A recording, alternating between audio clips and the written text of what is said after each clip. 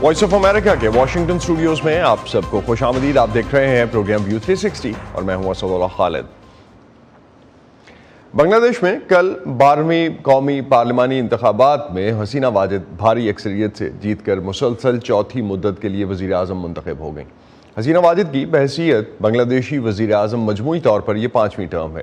17 کروڑ کی آبادی کے ملک میں ہونے والے ان انتخابات کا بڑی اپوزیشن جماعت BNP یعنی بنگلہ دیش نیشنلسٹ پارٹی نے بائیکاٹ کیا تھا.